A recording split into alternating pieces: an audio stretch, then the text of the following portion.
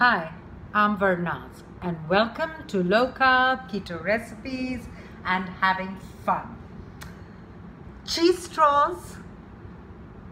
Yep, that's a reality for us too. I couldn't believe it. I made this little recipe, I cooked it up in my head and I just had to get down to making it. And I am absolutely gobsmacked at what came out. So I have a batch right here.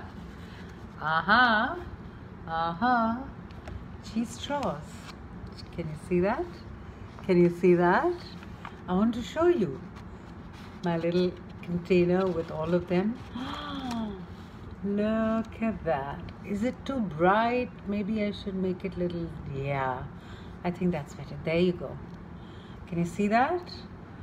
Crispy, crunchy cheese straws. Oh, I'm going to take a taste test. Amazingly cheesy and crispy. And so we're standing in my kitchen, which we are not. So let's go to my kitchen and let's begin with cooking. The recipe. We begin with 1.5 cups of almond flour. In that goes into a mixing bowl. Next we have 1 teaspoon of baking powder. In that goes half a teaspoon of salt, because your cheese is going to have salt, so don't worry about it. Next I'm adding some herbs and spices. You can add any of your choice. I'm adding paprika and garlic powder, but feel free to use oregano, thyme, whatever you like. Okay, now we'll give this all a good mix in the mixing bowl. I'm adding a little bit more paprika because I like the flavor, and give it all a good mix in your mixing bowl. And that's one bowl ready. Now we are going to take another mixing bowl, and in that goes 1 cup of shredded cheddar cheese and 1 stick of butter, which is about 115 grams of softened butter, not melted, softened. And you're going to give it a nice mix along with the shredded cheddar cheese. Now into that, a little bit of the video got chopped off. Into that I have added my dry ingredients, which was the almond flour and the baking powder and salt mixture. This is the time you add it, and then you begin to knead it and give it a good knead with your hands. If you want, you can do all this in a blender. It's entirely up to you, but it'll be, if you have a nice strong blender, maybe it'll work in that too. But I like to get the feel of the dough, and that's why many a time you'll see my hands in the dough.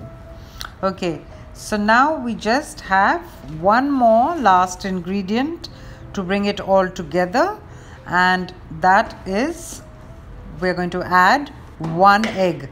The egg you see in my hand, you have to crack it and put it in and carry on kneading.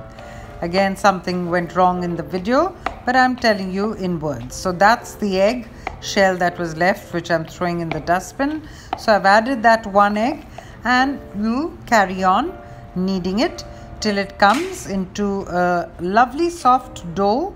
You'll find it very, very easy to manage. And yeah, so there you go. Sorry about that little time lag. So you bring it all together into a nice soft dough, and this is what the dough will look like. And we are all set to make our cheese straws. So you take a cookie sheet, and as always we are going to line it with a parchment paper. Now I've taken a little piece. See the action that I do to make these cheese straws. You can also make them with a piping bag, but I'm terrible with a piping bag. So I wish I was a little better with the piping bag. So choose either. I've chosen this method where I roll it between my hands, make it long, and place it on the parchment paper. They're going to rise a bit, as well as, so just give it a little bit of space. There you go. That's how I do it. I make it into these long strips. And now what's a very nice nifty little addition to this is that I'm going to take a fork and I'm going to make these little cuts on it. It just adds to the look of a genuine cheese straw. I still have quite a few bit of mixture. This is half the mixture that's brought out so many. So this is ready for the oven at 350 degrees, 180 degrees centigrade for 12 to 14 minutes. And here we have it when it's come out of the oven. They're so beautiful, crispy, crunchy, and amazing. I think you're going to love this recipe. Bye then.